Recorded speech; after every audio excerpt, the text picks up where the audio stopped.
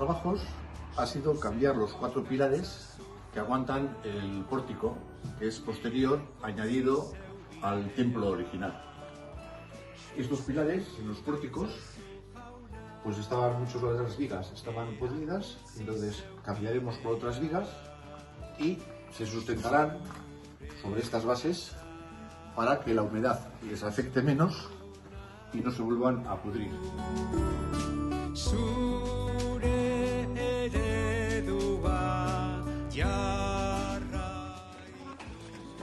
Y aquí vemos ya el templo de San Miguel en la restauración de 1992.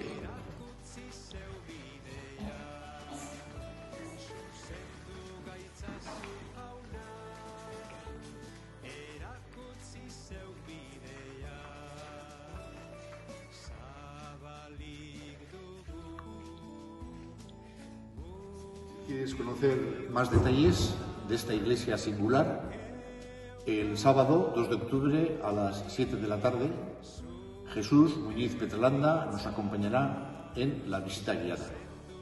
Te esperamos, pues, el sábado 2 de octubre a las 7 de la tarde. Zuzendu gaitzazu jauna, erakutsi zeu bidea.